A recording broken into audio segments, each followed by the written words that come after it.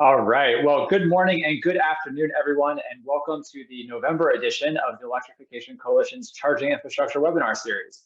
Today's event is titled Elevating Industry, 15 Years of Best Practices in Just 1 Hour. And that's quite a promise. We'll do our best to deliver that over the next 59 minutes now. Hopefully have time for some Q&A even at the end to dig into some of these questions that I know are on your mind. I think that we all know by now that the past year has been quite a momentous one for EV charging. I know on these webinars, we talk about that again and again. And with the bipartisan infrastructure law providing nearly $7.5 billion for charging infrastructure, including $5 billion in formula funding to be distributed through state DOTs, it's been said again and again, and I'm going to say it again because it's true, the bipartisan infrastructure law and the Inflation Reduction Act are providing an unprecedented opportunity to accelerate EV deployment. This is truly the EV moment. And to me, at least, having been involved in charging infrastructure and EV policy and deployment for about the past 7 or 8 years, it also feels like the third major time we've seen significant public dollars deployed for charging infrastructure. The first being the Recovery Act back in 2008, 2009, 2010. Then, of course, the Volkswagen settlement Appendix D funding, and now the bipartisan infrastructure law. Each of these public funding opportunities has brought more money to the table. And each of these public funding opportunities has provided an opportunity for government and industry to learn, understand what works, what doesn't, figure out the best ways to engage communities, the best ways to partner with industry, the do's and don'ts for effective and efficient deployment of public and private investment, and ultimately, the best ways to accelerate charging infrastructure. Today, I'm really excited to bring together 3 of our industry partners, each from a little bit of a different perspective, ABB, Rivian, and EVgo, to talk about their experiences over the past decade of charging infrastructure. And the best practices and lessons learned that they're bringing to the conversation with states and communities as we launch into this next major deployment. But of course, before we get started, a few other housekeeping notes. As always, we're trying to do some Q&A at the end, so please put your questions in the chat. And there's also a team of EC staff deployed into the Zoom room to help answer any questions that may come up, provide additional content, so keep an eye on the chat for that, and other more information. Also, you can always follow along the conversation or engage afterwards with us and the partners on social media.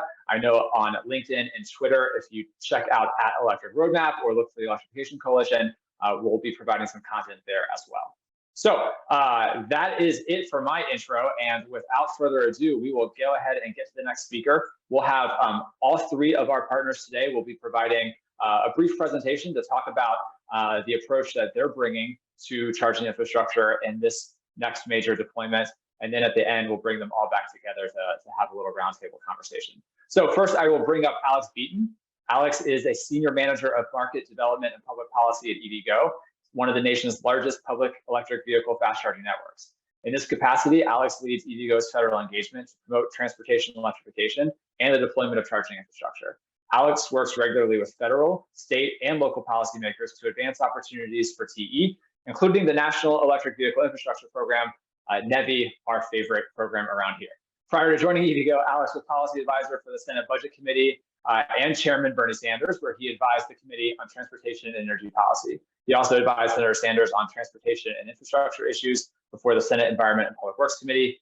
He has a master's in public management from Johns Hopkins and a bachelor's in political science from American University. So Alex, welcome to the party, and the floor is yours. Thanks, Chris. Really appreciate the invitation to be here today and talk about everyone's favorite subject, how we can work together as an EV charging ecosystem to accelerate the transition to electric vehicles. So again, as you said, Chris, I work for EVgo and I lead our federal policy efforts. If you could just bring up the slides, perfect. So I'm happy to be here today to share some of the best practices that EVgo has collected over our more than 10 years in the business of deploying fast charging infrastructure. So first, a little bit of background on EVgo. As Chris said, we are one of America's largest fast charging networks. We have more than 850 stations in more than 60 metro areas across more than 30 states. And we are very proud to be the first charging network to be powered by 100% renewable energy. We're also really proud that drivers love to use our network. We have over an 8 rating on plug share, and we're committed to a 98% uptime. And we recently also passed the 500,000 mark for EV driver customer accounts, which is really fantastic, and I think is representative of the huge tailwinds of our industry, both on the policy side, but then also with folks just being really excited to go out and make the switch to electric.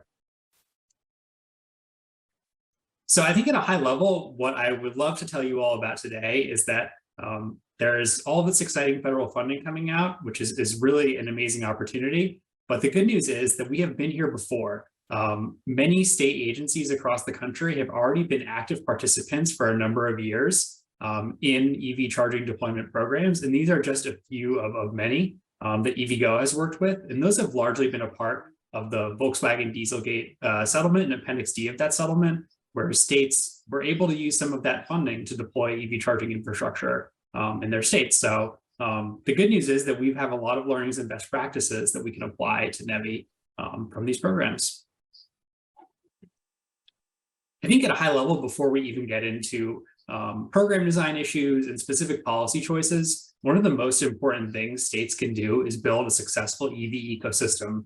And what that really means in EVgo's perspective is bringing together all of the stakeholders that go into deploying a charging network at the table. And that's government, utilities, permitting agencies, automakers, equipment manufacturers, and really working together as an industry to break down some of the barriers to deploying fast charging.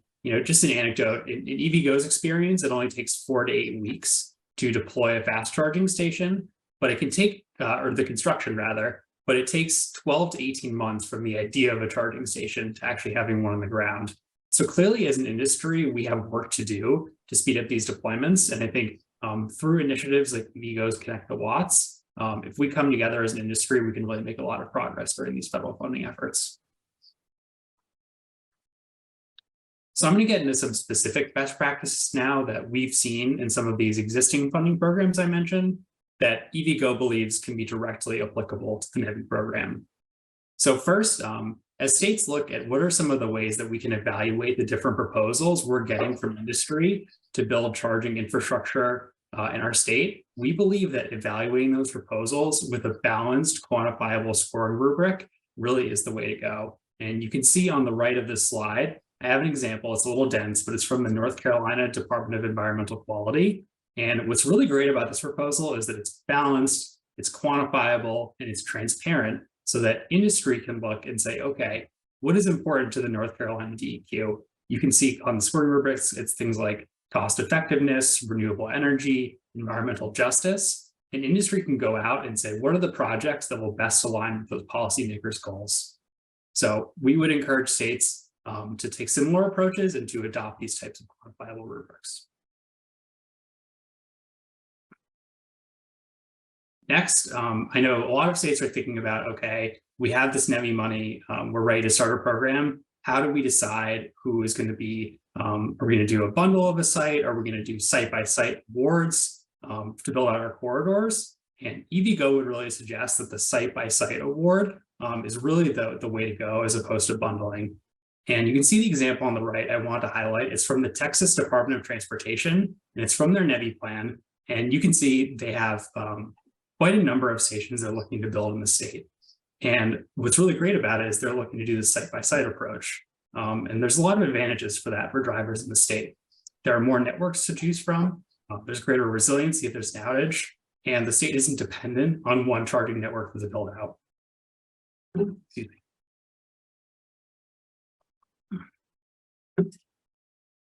And I would also say on the bundling, it tends to exclude applicants that have just one site to offer.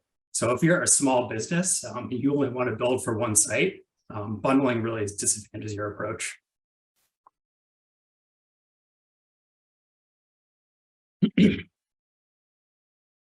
Another best practice we've seen from Appendix D has been allowing states to build at risk. You may be wondering, what is build at risk? The idea is that charging networks like EVgo, we can start undertaking permitting, site engineering, and other activities before the window of the program closes. Excuse me. Some state programs, unfortunately, have had rules where you need to wait until the contract is executed in order to start building out your network. And that can be a major source of delays. because some of these processes like permitting can take quite a while to get done.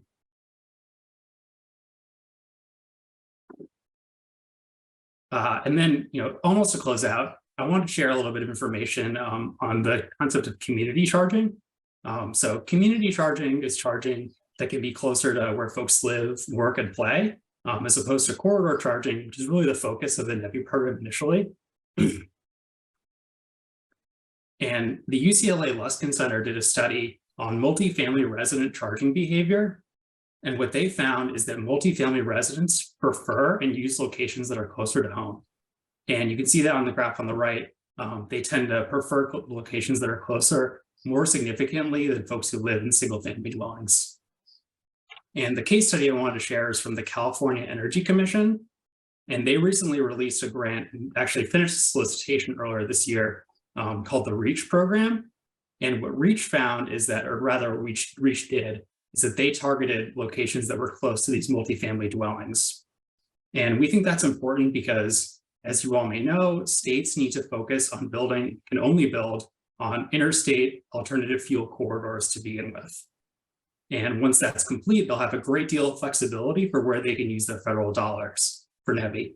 And we would suggest that once that corridor build out is complete, that they focus on other use cases like community charging, because it will be very important to specifically tailor solicitations to that use case in order to make sure that those folks are served and they have charging that's conveniently located near them.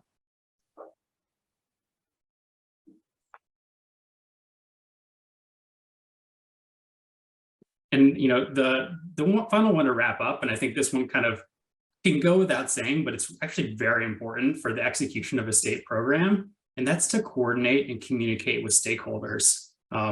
As I said earlier, many of these programs were funded by Appendix D, and those actually were state energy and environment offices, whereas in NEVI, it'll be the state departments of transportation that are the ones taking the lead. So we've seen this already successfully in some state programs. So in Colorado, the DOT and the Energy Office already partner together to execute their program.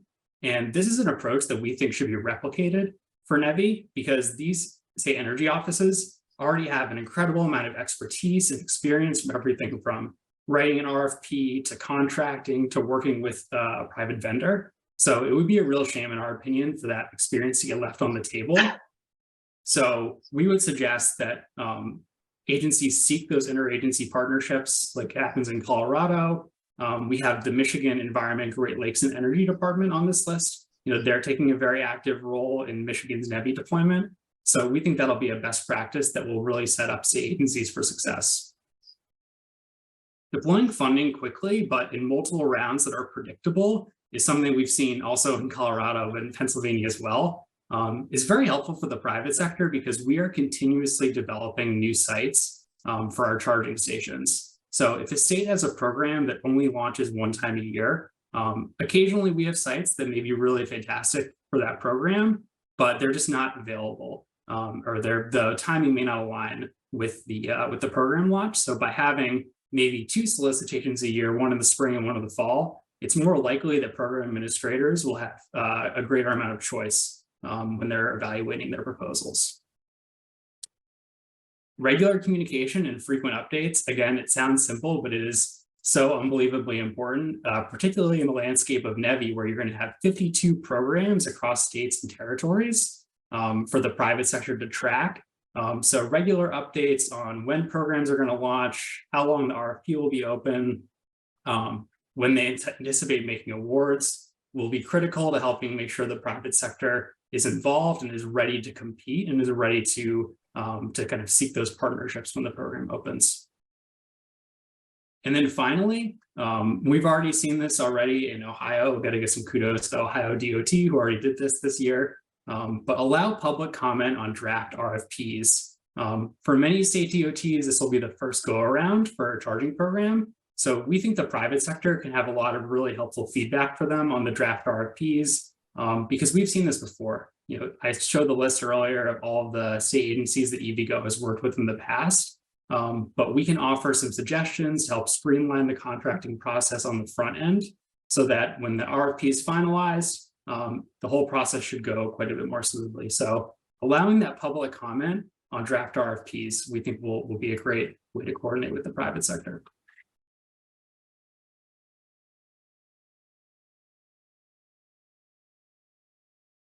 Awesome. So, thanks, Chris. Really appreciate Yeah, that. sure. Yeah, sure. Thank you, Alec. Thank you so much. I'm going to take moderator's prerogative here for a minute and just emphasize the point you made about the importance of DOTs connecting with the energy and environment offices that were responsible for Appendix D deployment. In a previous job, I oversaw the Virginia program with EVgo and Virginia DEQ, and can tell you that, just to reiterate, they have a tremendous amount of learnings and best and maybe even not so best practices that Virginia DOT should learn from, and just the institutional knowledge held by agency staff at the energy and environment agencies is important to tap into to make sure that the NEVI program can get off and running on the right foot, and that the DOTs are able to really not start from scratch, which is what this whole conversation is all about. So with that, we'll move on to Rivian and Hannah Steinweg. Hannah works on Rivian's public policy team with a specific focus on issues related to EV charging and energy. She is passionate about expanding access to charging in places that people go to adventure, like parks and rural locations. We just had a great chat with Hannah a few weeks ago, and I can tell you the passion for parks is real, one that we share, and we're looking forward to hearing more. So Hannah, over to you. Thank you so much, Chris. Like Chris said, my name is Hannah Steinweg, and I'm on Rivian's public policy team. I focus specifically on energy and charging policy issues and energy and charging partnerships with the public sector. A bit about my background: I was previously the director of an organization called Environment Colorado, and I realized there was, as a lot of people on this webinar also know, there's a huge gap in our charging infrastructure in rural and remote areas. So I had worked with Rivian in the past in the state of Colorado, and they were able to donate some charging infrastructure to Colorado State Parks, and I'll get to that here in a little bit. And so I joined Rivian because I knew they were serious about their mission of keeping the world adventurous forever. A bit about Rivian: we are an American EV manufacturer, and we think there's a more responsible way to get to point A to point B. And we currently manufacture 3 models of electric vehicles. One is our R1S, our SUV, our truck, our R1T, and then lastly, our electric van, which Amazon has ordered 100,000 of those. We have produced 15,000 vehicles so far and are on track to produce 25,000 by the end of this year. But we not only manufacture electric vehicles, we also have a charging network. We have our level 2 Rivian Waypoints charging network, and this network is placed in places that people go to eat, sleep, play, work, go camping and hiking, and places that, like I said, people go work. And we are excited to deploy this infrastructure across the country. We have a goal of installing 10,000 level 2 chargers here in the next few years across the United States and Canada. And like we all know, there only about 1/4 of the chargers needed to support the growing number of electric vehicles are out in the public right now. And the majority of those chargers are located in urban areas. And I know that the United States has recently hit an important threshold of 5% of all car sales are electric. And that really indicates that the United States is about to see kind of widespread adoption of electric vehicles, also supported by incentives, new models on the market. And we need to make sure that that charging is in areas that people go and work, but then also go and play on the weekends. That is why Rivian has a program called the Community Charging Program. We recognize the tremendous value of our public parks and outdoor recreation areas and well-being, but there's a reason why there's not a lot of chargers in these locations. There's some unique barriers to entry, and there's not as widespread adoption there. And so that's why Rivian has partnered with national parks, state parks, and other public recreation areas to fill in these charging gaps and provide that ability to get outside to all EV drivers. These partnerships are also with park service agencies, nonprofits, local governments, and utilities. And I know that you'll likely hear from all of the speakers that this cross-sector and cross industry collaboration is needed to achieve a reliable, consistent charging network. Something, Alex, that you said was that 12 to 18th month deployment timeline. I think everyone's seeing that across the industry, and we need to speed that up, and that collaboration I think will absolutely help with that. A few examples of our community charging program deployments you can see here on this map. We have deployed chargers in state parks in Tennessee, Michigan, Colorado, and California, specifically at Yosemite National Park and the Golden Gate National Recreation Area. And all of these partnerships are because of collaboration between the state energy offices and the state park departments, the local utilities, and even nonprofits that have like Adopt a Charger, Environment Colorado, that had a hand in really bringing all of the stakeholders together and making sure that that infrastructure was going to be well planned, that the capacity at these sites were going to be sufficient to service these chargers, and that the public knows that they're also available for their use. In these specific locations, Rivian has donated all of the charging infrastructure and covered the cost of installation and maintenance. In terms of the challenges, lessons learned, and best practices for deploying charging, and specifically in rural areas and also in other locations, all hands on deck is kind of the biggest takeaway for us. We had a project with Crested Butte Mountain Resort in the town of Mount Crested Butte, where we deployed chargers in this municipality.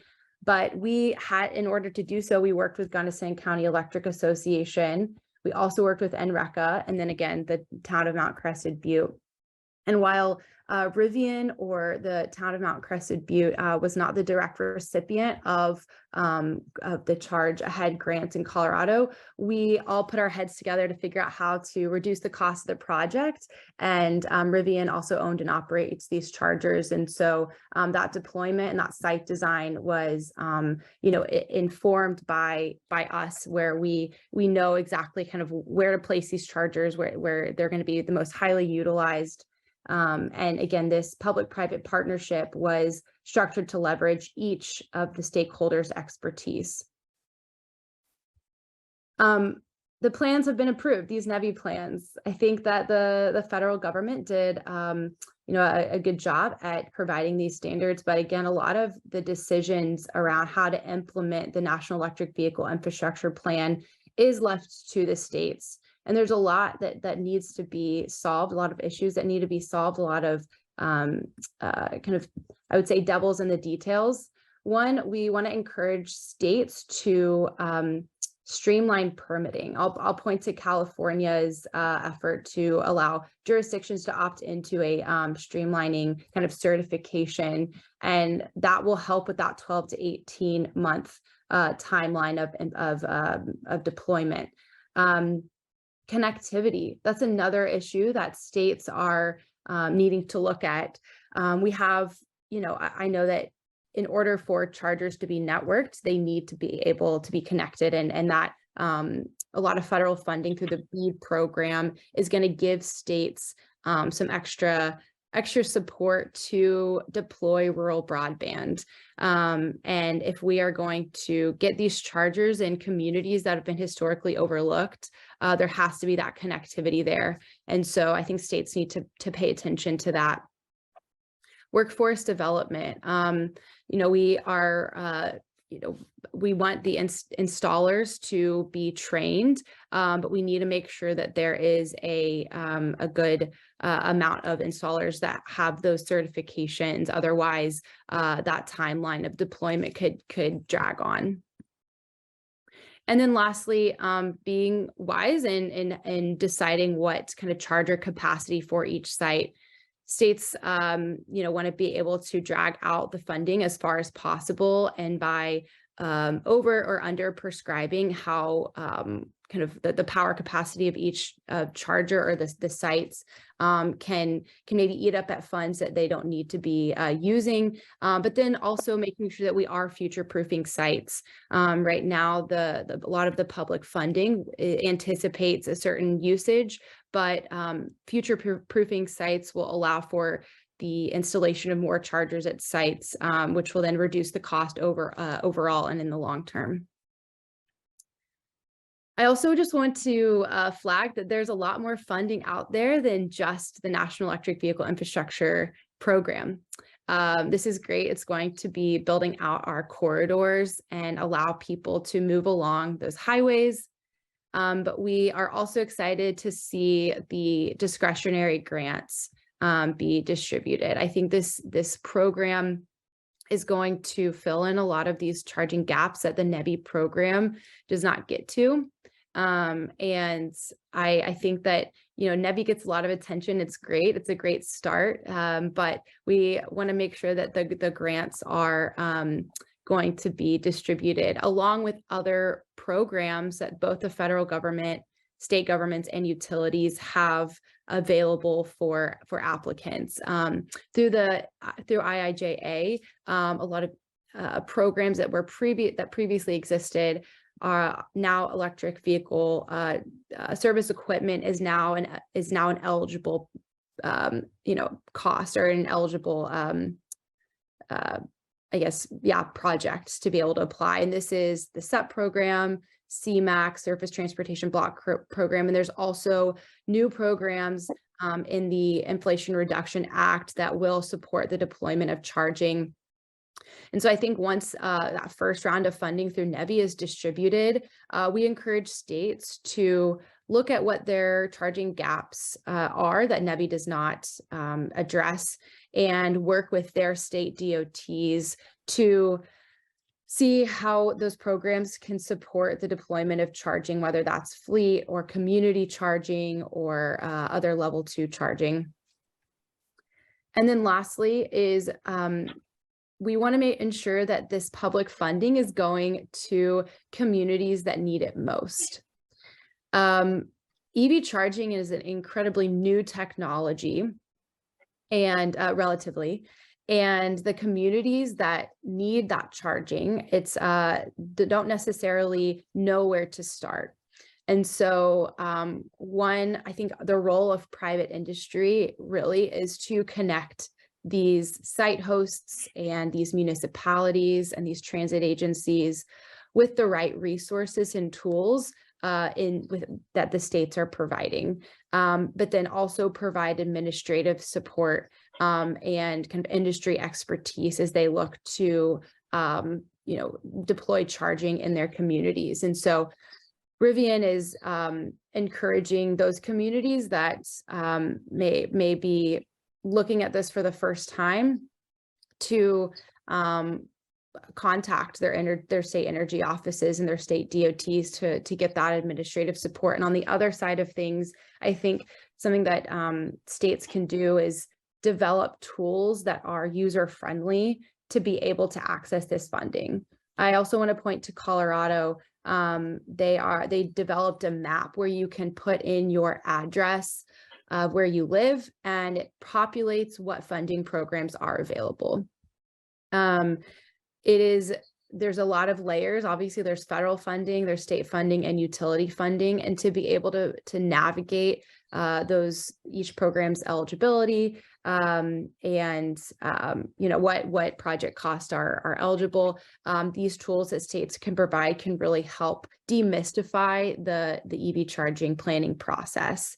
And I think that's it. So Rivian is excited to continue working with states to deploy level 2 charging in places that people go to adventure. And we really see ourselves as a convener and as someone in the industry that has a perspective of light duty fleet vehicle, or a light duty vehicle with our truck, medium duty vehicle with our van, charging networks, and then we procure our own renewable energy. So at the end of the day, we just want the charging experience to be reliable, consistent for all EV drivers. Awesome. Thank you so much, Hannah. I love your comment that this conversation is more than just NEVI. One of the exciting things about NEVI that we found is how much it's driving a conversation about EV charging across the country in all kinds of communities. I know we're getting questions from stakeholders across the ecosystem about all the different funding buckets that are available, right? Like folks are wondering how to use the various buckets together, which can be used for charging. Should they use them together? Can they stack them? How should they sequence their applications? All of these types of things. And I heard someone say the other day that being a local or state government interested in clean transportation funding these days is sort of like being on a game show in one of those air tunnels where their dollar bills are just flying around everywhere and they're trying to grab as many as they can, but they really have no idea the best way to go about it. So certainly important to think through how NEVI can open doors and provide opportunities to unlock additional capital, whether it's additional public funding or private capital, and accelerate these policy opportunities that make all this stuff easier. So thank you again, Hannah. Appreciate it. And next, to dig into that a little bit more, I'm pleased to introduce an old friend of mine, Dan O'Shea. Dan is currently Director of Utility Business Development for EV Infrastructure Solutions for ABB.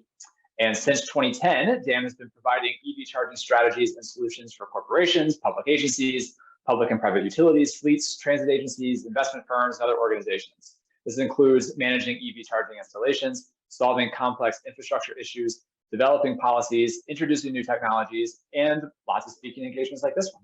So I first worked with Dan when I worked on EV policy and deployment for the city of Seattle, and I'm excited to work with him again and welcome him to this webinar. So Dan, take it away. Thanks, Chris, and it is great to get reconnected. We've all had a few different roles in this sector. It's small but growing.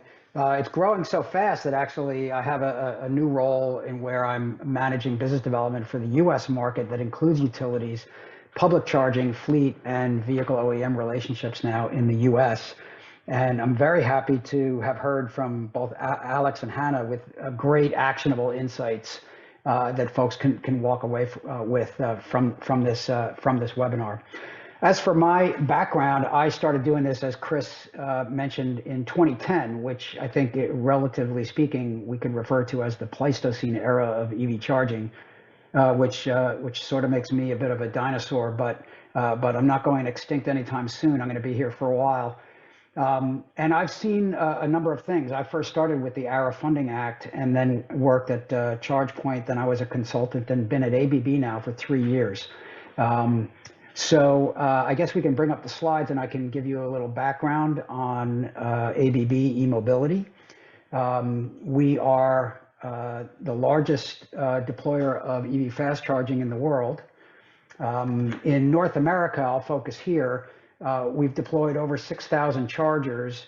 That will double easily, if not triple, by the end of next year. And globally, we've deployed over 800,000 chargers, everything from 40 amps and 7 kilowatts up to 450 kilowatts, giving us the widest portfolio of EV chargers in the world. In the States, we've been doing this for 10 years and have gone, when I joined ABB about 3 years ago, we had 40 people and now over 200 and growing. And e-mobility has 1,500 folks worldwide and growing. There's at least a decade of progress. In 2012, the first Terra 53s were installed around the world, and we're talking about 50,000 vehicles. Then in 2022, 2.9 vehicles, and in the interim, we were the first to make and sell 175 kilowatt stations, 350 kilowatt stations. And as we look to the next decade of growth, we'll be expanding our portfolio and the form factors of our products. Part of my role, which is real important, is listening to the market. And I'll talk about how when you don't do that, it becomes a bit of a problem, sort of a lesson learned from history. We do have, I'm sure you've seen many of these charging stations for those of you that drive electric. You perhaps many times have pulled up to an EVgo station, Electrify America station, or perhaps one of the BP stations, et cetera, and charged at a station. You may or may not know that it's an ABB station. Some of the branding you can see is very distinctive for our customers, and on the nameplate on the bottom of the station, you can find the ABB specs there. We also do fleet charging with a variety of form factors. So I want to talk about the growing pains and what we can learn here. So what we have learned over the years is that when we were first putting chargers in, it was put the charger in and thank God we were able to get it done, right? Then things started to happen, right? These are appliances. People use them, they break them, sometimes they fail. And we've got a lot of stakeholders, the owner operator, the charger manufacturer, which is us, the network backend, and a host of others, which I'll get to. And we've learned a lot about not pointing fingers and being able to collaborate. And both of my colleagues talked about collaboration. Now, this is a messy eye chart, but it's there for a reason, because way back in the day, okay, over here, if you can see my cursor, the charging station, you put in a charging station, and it was sometimes a lonely charging station, not even connected to the internet. There were a lot of early 50 kilowatt stations that were put in that were not connected to the web at all. And then when it would go down, how would that get rectified? Okay. Then, and pretty soon after, the idea of smart charging or connected charging came in. These chargers have always been connected to the grid, and then later they were connected to a network. All right, and then you had to have O&M and maintenance was something that got realized pretty quickly that these chargers that were out there needed to be maintained. Some of them were in pretty remote areas. The network in the state of Washington, the Electric Highway, is a really great example of an amazing program managed by amazing people that put chargers in places that they were really necessary. Some of them were pretty remote, right? And now it's getting upgraded. The connectivity is better. They're getting more high-powered chargers, but there are a lot of lessons learned from there. One of the things that we really need to understand here, when you talk about reliability, think about this. Every piece of equipment in this ecosystem has hardware, firmware, software. Some have modems and SIM cards. These all need to work together all the time to get to the uptime that we need. It is getting more complex, and through collaboration is the way that we can get this done. And there's really three legs on that stool I'll talk about, but making sure that the network operators and the hardware manufacturers. So we've done interoperability testing with every network in the world, that you could think of, and so that is a given. But just doing interoperability is not enough. There's software updates, there's firmware updates, and not to mention the vehicles, right? There's been more than one instance where a vehicle doesn't have the software update, or the charger doesn't have the firmware update. So like software release notes, firmware release notes, these all need to be understood and delivered in a uniform fashion throughout the industry, so that all of the stakeholders are aware of the updates that are happening. Because many times and I'll talk about OCPP for a minute, it's a great open system.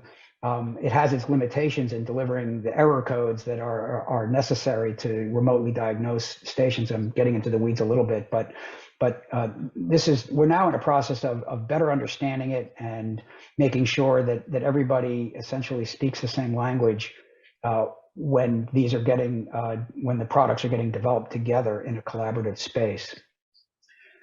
So over the years, what have we learned? Okay, and hopefully we've learned a lot, which we really have. And so if you sit back and do a gap analysis and look at operations, look at accountability, look at communications, you can find a few things. So I've got a few case studies. So back when I started on the EV project, which was an ARRA funded, so this was probably the first serious funding that went to EV charging. This project was over $100 million for EV charging, and the goal was to install infrastructure to gather data to inform this coming revolution of EV chargers. So back when I was getting going here, right, it was I had a great PowerPoint showing cars that weren't here with chargers that hadn't been made yet, and we were really on an evangelist tour of the country to convince everyone that this was happening. And we did install thousands of stations.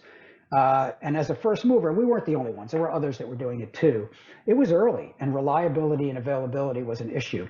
One of the biggest issues was in building a product without the proper input from the market. Now, some of this was unavoidable. There was no market. And so some guesses were made about the type of product that should be installed. The best example is we had way too many pedestal chargers. And as it turned out, for level 2 in urban areas, most of the installations were in parking garages. So we ended up running out of the wall-mounted chargers pretty early. And so then we were faced with trying to bolt pedestals into the decks of parking garages. And for anyone that's tried to do that, you feel the pain. You know what I'm talking about. It's not easy, and it's expensive, and it definitely killed some projects. And if we had been able to see into the crystal ball to know that, then perhaps we would have been able to do a different method of procurement and manufacturing. The other thing is that we installed these chargers without funding for operations and a service model. And we also did not have the software really built out for what was necessary. There were other companies like ChargePoint that did a really good job of building software for their level 2. And they actually have done a great job over the years of having a robust level 2 market. The legacy of the ARRA-funded project, the data that was collected is invaluable. It's still being used by the national labs to inform projects. And seeing these DCFC chargers around really gave people confidence in the early days that this could be done. And so that was, for me, that was the first public-private partnership that I had ever worked on, frankly, because for 25 years before that, I was in radio advertising, so I really had no background in this kind of thing. Getting together the municipalities with the private sector, with property managers, with landowners and developers, a real long process. If you've got a city and a real estate developer, you might say that sometimes their goals can be at odds. And so bringing those kinds of parties together and understand that there's a common goal here was very, very important. Another lesson where we can identify some gaps is a well-funded charging project that has an excellent consumer experience, a great operational model, but tended to not really embrace collaboration, all right? Walling off vendors from one another and really isolating the workforce and not having trained developers, okay? That we've learned now that collaboration is really, really essential. ABB is addressing this. I'll just say very quickly, our service and training department, when I joined, we had 8 people maybe in service and training. We now have over 60. And we will be opening a training center for O&M partners and eventually for installers. And we will have an accredited installer program. We realize, as others have said, that this is a super important part of reliability. Okay, and the legacy of a big infrastructure project like this is we have learned that we have to have well-trained service providers, that we really have to focus on software integration, but also constant development and updating. And this project, a project like that, really pushed the market forward. This one I actually skipped over. It was in the middle of my slides here, but also back in the day, the OEMs started to fund DCFC hardware installation at the dealerships. And what ended up happening was that assets ended up being stranded because they really either weren't on a network or they weren't updated or they weren't being used. And the lesson learned is that asset ownership really has to be clear. Boundaries of responsibilities have to be identified, and a service plan has to exist. So I can sort of more or less end here by having safe, high quality, resilient hardware. That's what we do.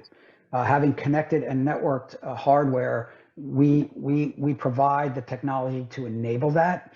And then operations and service plans. The way to get to 97, 98% uptime is with funding and contracts. All of the stakeholders, the hardware company, the networking company, the service providers have to be under contract to deliver the services needed, the parts needed to have that high uptime. And an empowered workforce. We've got a great workforce training opportunity in front of us here with everything EV and also renewable energy. And we're going to be participating in this as well. I can stop there and hand it back over to Chris. Thank you, Dan. I don't think you're a dinosaur. However, you are a perfect example of what we mean when we talk about the fact that, hey, this has been going on for 15 years, starting small, right, with the Recovery Act, that governments have been investing in charging infrastructure, that we started with as a friend of ours would say onesie twosies, and move to greater and greater investment, and we're learning more and more. And now we've got like the big kahuna here with NEVI is really, and the Inflation Reduction Act is really helping us scale out. So definitely exciting times. All dinosaurs welcome here. So thank you for your presentation. So it'd be great to bring everybody back in to the fold now, and we've got a few minutes left for Q&A. We've pulled out a couple questions from the chat, so please keep putting them in there. Got some really good ones, and we will start off with a question for all of you. Something that I have been focused on a lot over the past 6 months is, and in the previous job we talked about with the Volkswagen Appendix D deployment, is the idea that public funding, the government participating in charging deployment through investment like grants and programs like NEVI interrupts the business model to insert public policy objectives into what you would normally do. And for example, the Virginia DEQ deployment that we worked on with EVgo had some requirements about ensuring statewide coverage, making sure that we were deploying across the state before we just went to where all of the vehicles were. And so maybe some charging stations got deployed in places that you wouldn't have otherwise put them at that time. But that was sort of the trade-off, right, for having public money as part of it. And so, as we are looking now at the $5 billion formula funding deployment for NEVI, is this a good thing, right? Is this an appropriate role? What do you, as industry, think about the role of private sector participation in this effort to align your investment with public policy? I'm happy to jump in since we already were talking about EVgo, but I don't think about it as much as interrupting, but more enabling, that public policy can help enable the private sector to reach some of these goals a little early. Hannah really smartly brought up the challenge of rural charging. I think from EVgo's perspective, that is one of the toughest nuts to crack on the fast charging side, because with the exception of destination locations, the utilization is just not there right now to support private investment in a lot of rural areas. So what public funds can do is they can help bring that private sector investment forward sooner than it maybe otherwise would be able to, just on the business case in those areas. So I think that's a really great role for the public sector, is just enabling investment sooner or further ahead than where just the market would dictate it. And that can be either statewide coverage or rural areas or other places that are priorities for policymakers. Yeah, and I think that one positive of the NEVI program is that it's creating a consistent experience, or getting at creating a consistent experience across the country. And I know that anecdotally, that's a big complaint of friends who own electric vehicles, but they want the chargers to be working when they're there. And so creating federal standards around reliability is key. Payment methods as well. I think that where public funding could stifle private investment is if there's not they're not consulting with private industry as they're developing these programs, which I don't see happening. And I think that as long as states are consulting private industry on data reporting mechanisms and definitions of reliability and site selection, and transparency around the development of RFPs, I think that it's just going to encourage the private industry to deploy charging in locations, and it's going to, like Alex said, it's going to enable charging. Yeah. I've got a comment to add to that. If you look historically, the existence of rural electric cooperatives is due to the fact that the private sector did not distribute electricity to all corners of our country, 100 years ago. Broadband had a similar problem where it wasn't distributed equitably. Let's not make that same mistake here, and make sure that transportation electrification is delivered equitably around the country. And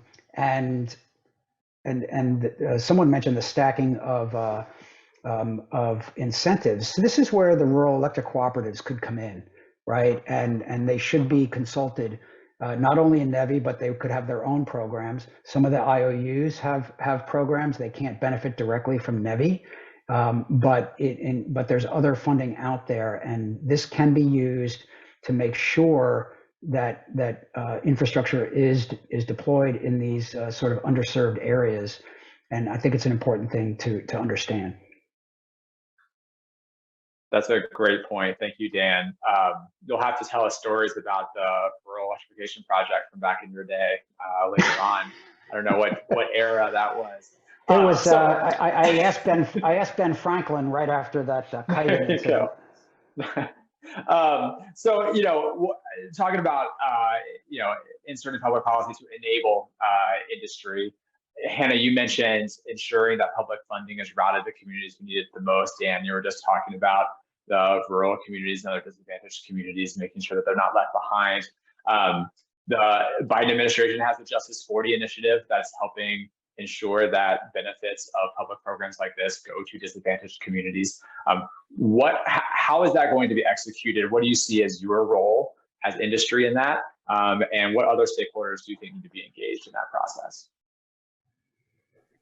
I know that the Thriving Communities program that actually, was mentioned earlier in a South Carolina Transportation Network call, they are providing a lot of administrative support, but in a way that's palpable and accessible to communities. The application is not laborious. I know that an organization like SWEEP is doing a lot of support for communities, and private industry can only do so much in terms of connecting these communities with the right funding mechanisms. I think that nonprofits and community groups have kind of a call to action here. And when you have the utilities, private industry, the public sector, and then community groups working all together, they can then get this funding in communities that need it most. And then the other thing I'll say is just reducing industry speak when we're talking to local communities. I think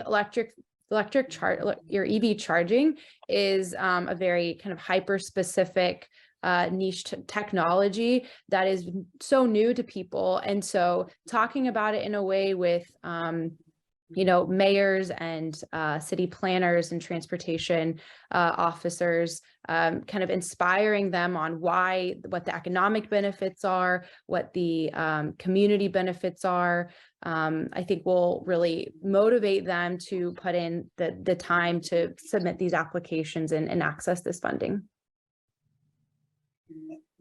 I would just say, I think private industry needs to be really intentional on our end about our planning to make sure that we're distributing charging equitably. For EVgo's part, we use the EPA's environmental justice screen tool in our charger siting decisions, which helps make sure that chargers are sited in areas that are more impacted by pollution. So, I think that's great on our end, but on the public funders side, I gave the example of the North Carolina scoring rubric that we like so much. That's a really great way for public funders to bake into their programs incentives for private sector to seek out charging in communities that are a priority for those public funders. So whether it's, the Justice 40 goals that the Biden administration is pushing that can be baked into that scoring rubric, or other priorities for a community or a state, that's a really great way to make sure, if you're a public funder, that the applications you get will be more reflective of that policy goal. Thank you, guys. Let's jump to the next question here. We've got maybe time for 2 more, so we'll see what we can squeeze in.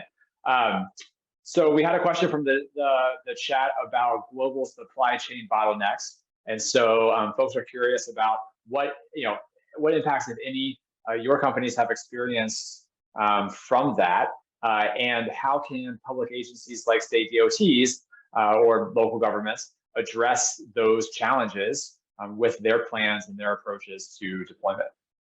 I'll start off with that, being a manufacturer. Alex talked about the 12 to 18 months from, I'd say, site identification to deployment, I'll call it, Mm-hmm. Then you have lead times in there, which, are they 40 weeks? Are they 50 weeks? And for a transformer right now, it could be 2 years. Inside of that, really you can make it so that we don't have a lead time problem, right? We have a planning problem. Many times when you identify a site, the EPC or the GC isn't hired until 6, 8, 9 months later, and then they give the procurement job to someone in that company, and by the time you get an RFP out or you get your quotes, it's like, oh, it's a 40-week lead time or a 50-week lead time. Had those processes been started earlier, then it is a planning issue and not a lead time issue. Now, that isn't to say that there haven't been issues, right? We've had some issues that are endemic to the charging industry. Like there was a cable hiccup, about a year ago that sent everybody scrambling for different manufacturers and different solutions. And the hardware manufacturers are indeed bringing better cable solutions, connector solutions to market. The chip shortage has affected everything electric in the world. What we're doing is we are pulling we're pulling supply chain out of some areas of the world where it's proving difficult. We're moving it into other areas. We're opening a second factory in the United States. We're looking for more regional localization of supply chain. We've taken now for 6 to 8 months now a very active, very big actions on securing supply chain diversity and localization. Just briefly, because Dan did a great job summarizing it from the manufacturer perspective. It just goes back from our side to communication with folks interested in participating in your program. If a program just launches without any heads up, it can be really difficult to fit into supply chain planning. So as much communication on planned timelines is very helpful for industry to make sure their supply chains are in order to be able to meet the demand from public funders. That's really great feedback. Hannah, anything that you want to add, or should we see if we can squeeze in one last question? Okay, great. So last one, I think this is an important one from the chat here. For site hosts looking to understand how to begin an EV charging project, who do y'all recommend they engage with first? Is it a charging equipment manufacturer, a network company, a design firm, a government? What's the first step? I'm going to say your utility. I would say please reach out to EPGo. We work with charging manufacturers, utilities, and we offer turnkey solutions. So feel free to reach out to us if you're interested in hosting a charger. That is an easy button, right? So there's a lot to be said for that. Okay. Dan with the none of the above, and Alex with the all of the above, but just through them. So that works. Both. There you go. Now you gave me that middle ground answer. I think it depends on what the project is. I think that there is very unique funding depending on what community you live in. And so, and I think there's different charging products depending on what project you're looking at. And so I think really doing a project assessment and then engaging, yes, utilities.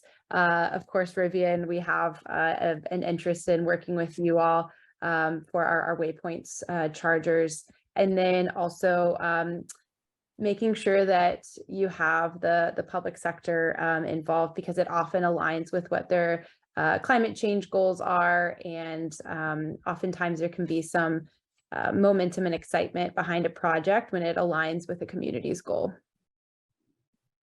Awesome.